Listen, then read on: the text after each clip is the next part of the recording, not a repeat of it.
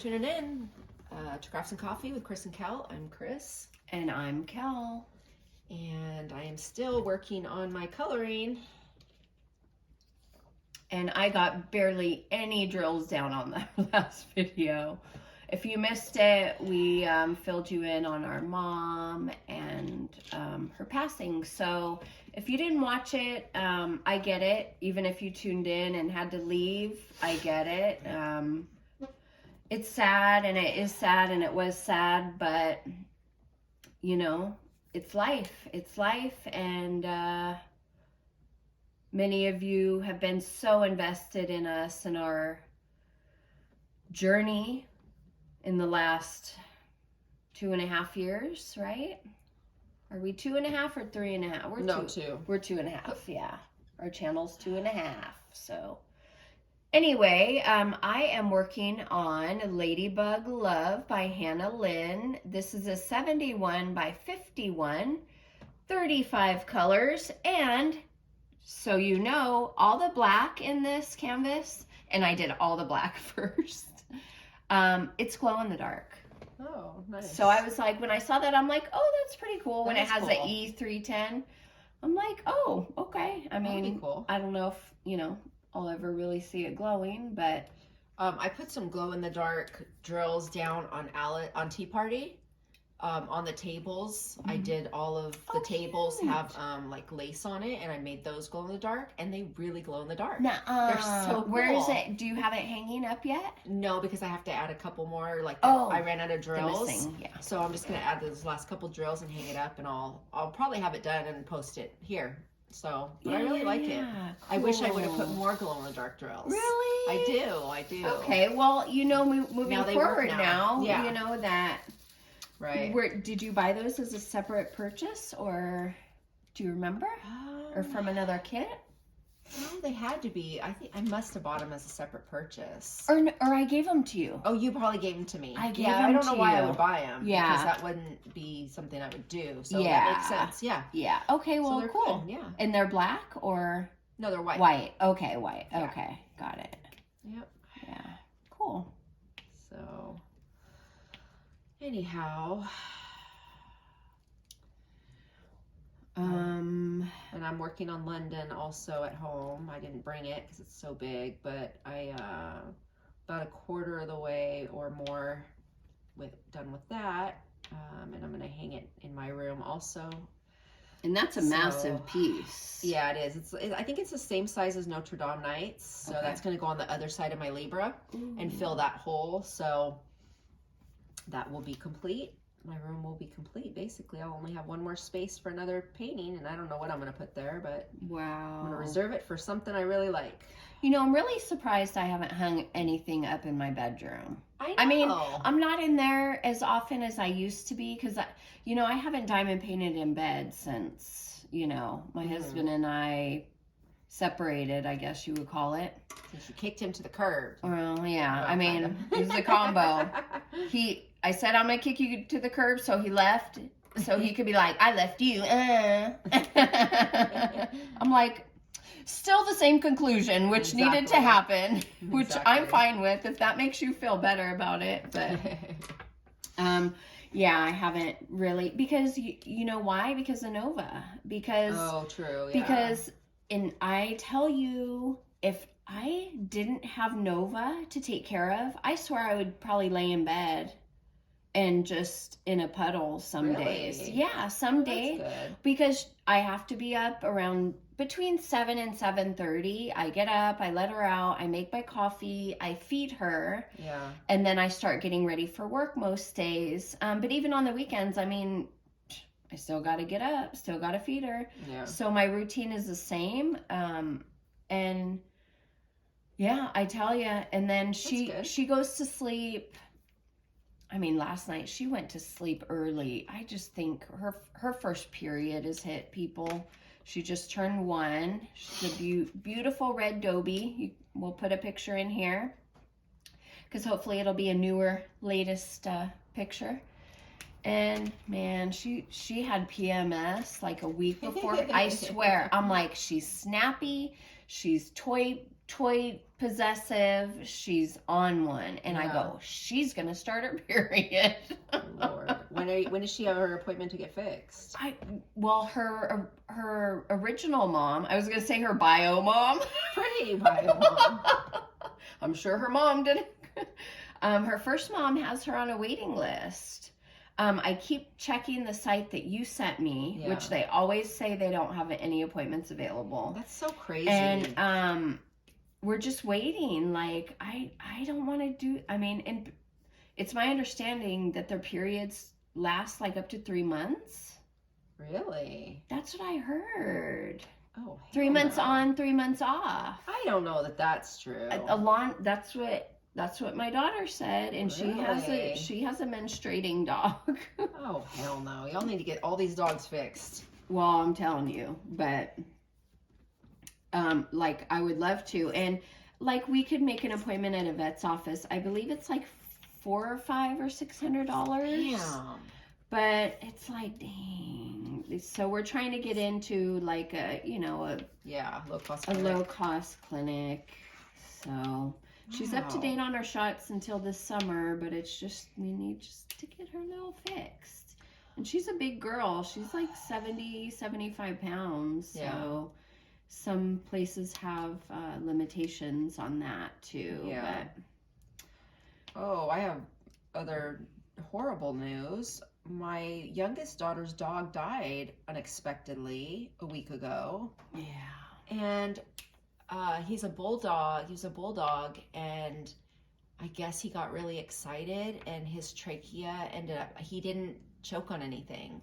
Originally, we thought he had choked on something, a toy or something, mm-hmm. and no, I guess he got really excited, and I guess their windpipes are pretty thin and like small, and it started to close up, and I guess it tore, and he had bleeding, and they couldn't resuscitate him, and he passed, and he was only 2 years old. Gosh.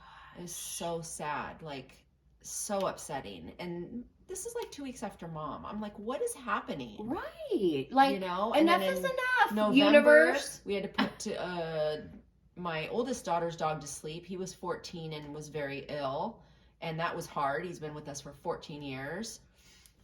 So it's just been a lot. Like, what is happening? Can we get like some good news? Like, who pissed Karma off? Right. And please divert her attention elsewhere. Seriously. I'm like, I don't know how much more I can take. Right? Like we are really, our armor's being tested right now. Definitely. You know, dang. Okay, well, can you move along, please? Right. So. Jeez. Yeah. Yeah, and I mean, I felt so bad because your daughter thought it was her fault. I know. And she thought she left something in the car that was her daughter's toy, and he got a hold of it. And I mean, the guilt. And then she's like, if I wouldn't have taken him in the car to go get Sydney to, you know, he probably wouldn't have got as excited. And I'm like, no, but you would have come home with Sydney, and he would have been there, gotten excited. Like, if this was... And the vet, I guess, told her that she's seen this happen multiple times. I told her, do not get another one of these dogs. They are a lot of, like, very high maintenance type dogs, you know? Yeah, research, you know, a family dog and what kind of personality. Yeah, she's like, I'm getting a lab next time if I ever get one. I mean, yeah, that's still a big dog. Or are labs medium or large? They're kind of big, but it's more they're just... You know, temperament. The easier, you know? I mean, Darby had a great temperament. It wasn't that. It was just bulldogs, they need to be, like, clean because they have all their folds, you know? And, like, his you have eyes, to really get in there. Yeah, you have to, like, wipe him down every day or he can get, like, infections in between his folds. Oh, my God. Oh, yeah, and then, like, they can't fly. I guess they have trouble flying because of the altitude, and they have very hard time breathing. If they are female, they have to have a cesarean to have puppies. Like, they are very... Are you serious? No, I swear. Oh, yeah, absolutely. So basically that breed should die out. If we didn't get involved as humans, that breed would die out. It is a very high maintenance type dog. Wow. But he was, you know, with Sydney from the time she was a baby. And that was the heartbreaking part, was explaining to Sid, because she came to my house like right the day after. And she said, Mommy home, Daddy home, and see Darby. I go, we can go see mommy, daddy, yeah, but no more Darby. And she said, then she kept saying, like, mommy and daddy, yeah, but Darby, no. Like, oh, so she's processing. She was, yeah, but it was just so heartbreaking because that was her buddy, you know? Yeah, they were best friends. Oh, anyway, I'll put a little picture up here. Yeah, put a few. Put a few. It's just been a rough last few weeks, honestly. Yeah, for sure. So how are you doing? Want to tell everybody how you're doing with your catching up separation and all that fun stuff? Yeah, I might as well. I mean, if you see Kel's Instagram, you can see she's going through it. Oh, people. Yeah, so just a quick recap. We had been having issues for a while, and I told him, you know, if your behavior towards me and doesn't change, I'm done. Like, I'm done. I can't keep doing this. And so that was probably maybe 2 or 3 weeks. And then the day after Christmas, we got in an argument. The following day, he left the house, never to return. Oops, that is the wrong symbol. I was just starting to put these down like, he left the house, and then which I'm not going to go into the details of the event on January 9th. Just know that, he created a group chat with my children, myself, his brothers and sisters, told everyone to F off, and was trying to disappear, basically. We ended up finding out where he was, and he was at a woman's house that he had a relationship with. She wasn't a stranger to me. I had suspected over the years, but this just confirmed it. And yeah, he deserted his job, his family, to go be with her, which is my conclusion. And then after only being with her 24/7 for 6 weeks, on February 10th, 2 days before his birthday, he was arrested for stealing his girlfriend's car. And if you follow me on Instagram, I put something up because I thought it was fucking hilarious. I'm like, you're in a warning for cussing on this video because it's going to happen. I was like thinking, you are a fucking mess. You went from a man with a stable home, stable family, stable job, your own vehicle, a life, and after being with this woman for 6 weeks, you're stealing a vehicle. His record was pristine before this. Now he has a felony. He's being charged with a felony. Yeah, good times. So the day that he was arrested, she was actually the one to text me and tell me that he had been apprehended because she got a call from the police. Wow. And that started her and ours communication. I was ready to speak with her on the phone, but she just kept texting me and basically offered to clarify any questions I had, which I had requested from her many times over the years. And mind you, I never disrespected her, called her names, told her what I thought of her and what I knew about her thus far. So she's filled me in on quite a few red flags that I had over the years. And I'm grateful because learning what I know now about the relationship I was in for 30 years and the cycle of abuse that I experienced, I was conditioned to question myself, question reality, question what I was seeing in front of my face. If there wasn't a receipt to show that he had actually done something, he convinced me otherwise every time. So she was giving me basically the receipts. Not only I needed to confirm that this was the right path, but to convince me that no, I was not crazy. No, I was actually seeing things that were fucking happening for years, 13 years, on and off with him. Crazy. Almost half of our relationship. So, the detail, now mind you, I'll ask her something. She gives me way more than I asked her for. I don't need to know about tender moments you had with him. I don't need to know about shit like that. Yeah. And I'll tell you, it hurts like a MF. Yeah. Hurts like a MF.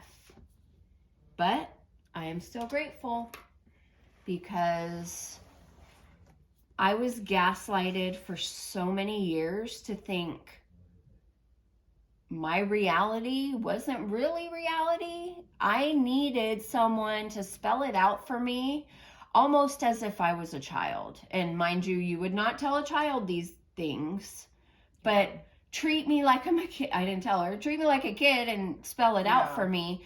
But I kind of needed that in order to believe what I had already known in my gut. So I'm learning so much. I'm listening to podcasts, books. I have workbooks. I'm going to be starting journaling. I mean, I've kind of already started writing because I'm constantly putting notes in my phone under notes. Like, I'll have a thought about something and I write it down and, Yeah. So I'm constantly writing, but there's something about pen to paper for me that is different than, voice to text or typing in text into your phone for me. Mm-hmm. That I just know will be so healing. And I mean, I feel like once I start writing, I'm not going to be able to stop, Yeah. So, and Kris, like, people have been with us for a while know some things about your marriage. Mm-hmm. You were in an abusive relationship. Yes. Visibly and not visibly. Yeah. I never thought what I experienced was abuse. Yeah. I thought it was just a relationship and it was normal. I thought every relationship went through this. Yeah. Because it was normal to me since I was 15 years old. Yeah. I really did. And the more I learn, there's a narcissistic pattern of abuse that fit our relationship to a T. To a T. I never thought I was in an abusive relationship. Yeah. I was psychologically abused, emotionally abused, verbally abused, and I feel like I was physically abused because of the cycle. I did things that I didn't want to do with him, to him, for him. Yeah. That I wouldn't have done if I didn't think it was going to get him closer to me. Yeah. There's a love bombing phase where they just shower you with all the things, the compliments, the gifts. Oh, you're so special. Yeah. Oh, you're this, that, and the other. I love you so much. And then he would turn ice cold. Wow. So that would make, oh, what did I do? Oh, I have to fix this. What do I do? Right. Oh, I just have to take better care of him. Oh, I just have to do this for him and that for him and this and that and the other. Oh, but he loves that because narcissists, their fuel is attention. Yeah. Their fuel is admiration. So I was fueling him. Yeah. And he told her I was needy. Guess what? He made me needy. Wow. Because he would give me what I thought was the love he was capable of giving me. Yeah. And then snatching it right under me. Yeah. Wondering and making me wonder. I was becoming more and more insecure. What did I do? How did I mess up? If you don't tell me I messed up, how can I fix it? Wow. And the more he'd take a step back, I would take a step forward, right? Yeah. Because I just wanted us to get back to that place that we had been before. Mm-hmm. But that's not a place that I lived in for very long periods of time. It came back around often enough to keep me around. Yeah. Because if we could just get back there and stay there, maybe a little longer next time. Yeah. Maybe I'll do it right this time. Maybe I'll do enough this time. It's never enough. Never, ever, No. ever, ever. And I'm glad that I didn't compromise myself more Yeah. than I already did. And I was even considering doing. Wow. Yeah. Yeah. So, yeah, so he went to court and he's out on ROR. I did not post his bail, neither did any of his family members. His unpredictability is not one that I would put money on. Seriously. And it's not money I had anyway. So, especially, starting the divorce process, I got all the paperwork.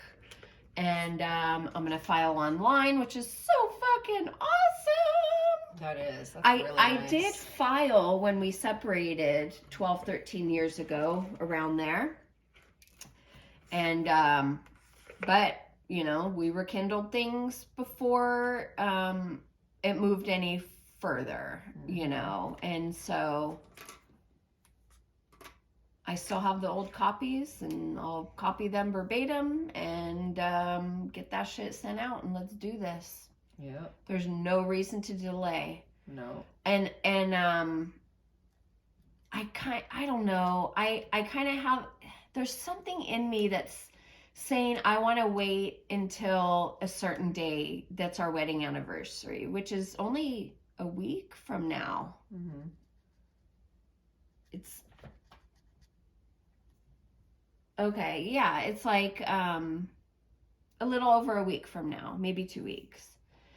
And I just kind of want to have that date on it because that was the day we got married, and it's so symbolic to me, Mm-hmm. for me, to me, that I file on that date. Well, or at least that, yeah. So I think I'm going to, even though it's going to delay it a week, week and a half. I mean, if it's important to me, I think, I have fucking ignored my gut for so long. Yeah. And even now I'm thinking about ignoring it. Yeah. Why? Yeah. And they ask you what day you separate. Well, there's a right? date of separation, Yeah. but then there's a date that I filed. Right. Yeah. So they ask you the date of separation. Yeah, so then that's fine. So I have a different date. The date of separation to me is the day he left our household. Absolutely. Yeah. So that will be the December, and I'll look back because I have it in my calendar. I believe he walked out on the 27th of December, so that's the day that I will say. And but there's just something symbolic, and if it means something to me, I think it's worth doing, even if it's a little thing. So. Yeah. Definitely. He has not reached out to me. He's been out of jail for 3 days now.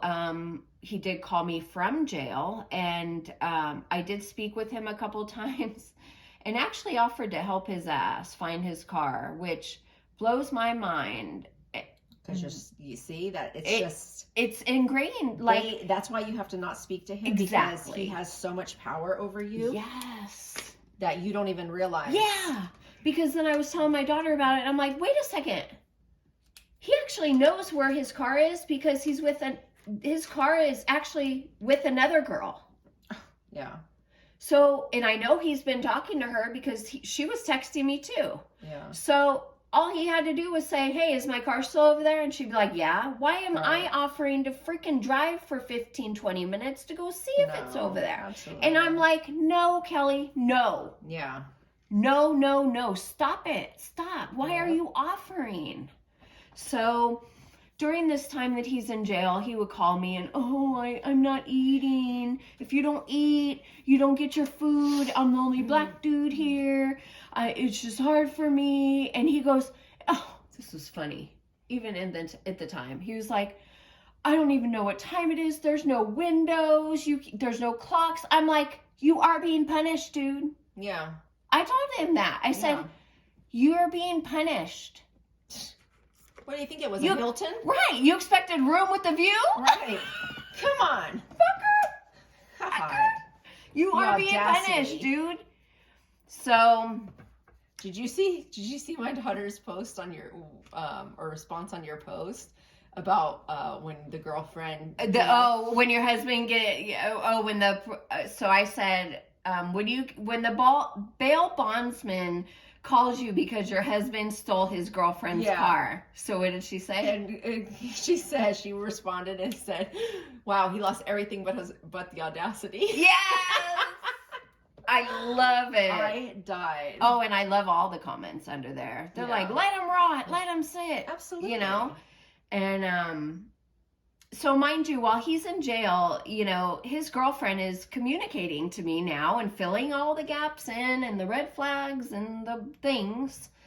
And his birthday on the 12th, he's in jail, Super Bowl Sunday. I was going to go to my brother-in-law and sister-in-law's house. It was a hard day for me. Because Super Bowl Sunday many years ago was a trigger day where something significant happened, where I saw a huge red flag that Super Bowl Sunday. Huge. And the girlfriend confirmed it for me. Which I didn't have that information at the time, but Super Bowl Sunday overall is not like the happiest of days for me. And it was his birthday. The first birthday of his that we hadn't spent together. And I was finding out all this stuff. So, he didn't even call me on his birthday. Yeah. He called me on Valentine's Day. Pretty. And said, well, first of all, you and I had talked. And I had caught you up on what was going on. Mm-hmm. And you were like, don't talk to him. I go, yeah, he's going to call, but he could just wonder why I'm not answering his call. I'm not going to talk to him. Mm-hmm. Well, Valentine's Day, I get home from work. I take a few shots on an empty stomach by myself. I needed to dull the fucking pain. Day goes on. My kids are so sweet. They got me flowers and candy, and aww. I got some pictures of the dogs. My daughter got the dogs some cute t-shirts, and they were taking pictures of them, and that was just special for me to have, little Valentine. They're my Valentines, my kids and the dogs. So, but the night goes on, and I'm just sitting here in the quiet and putting Nova to bed, and I get a call about 9:30 at night, and it's him. And I'm like, man, I have to pick up the phone. I have to tell him off. I have to. Mm-hmm. And I'm ashamed to say, and part of the decision making of whether I wanted to take the call or not on Valentine's is I'm like, he's in jail. That's a fucked up thing to do to someone in jail, is to go off on them on Valentine's Day. Can you believe I had the audacity to think about his feelings? Well, you've been programmed to. Yeah. So I was like, fuck that shit. I had already had some shots. I was ready to go. And I already pretty much knew what I was going to say to him. Yeah. So I answered the phone. He said, Happy Valentine's Day.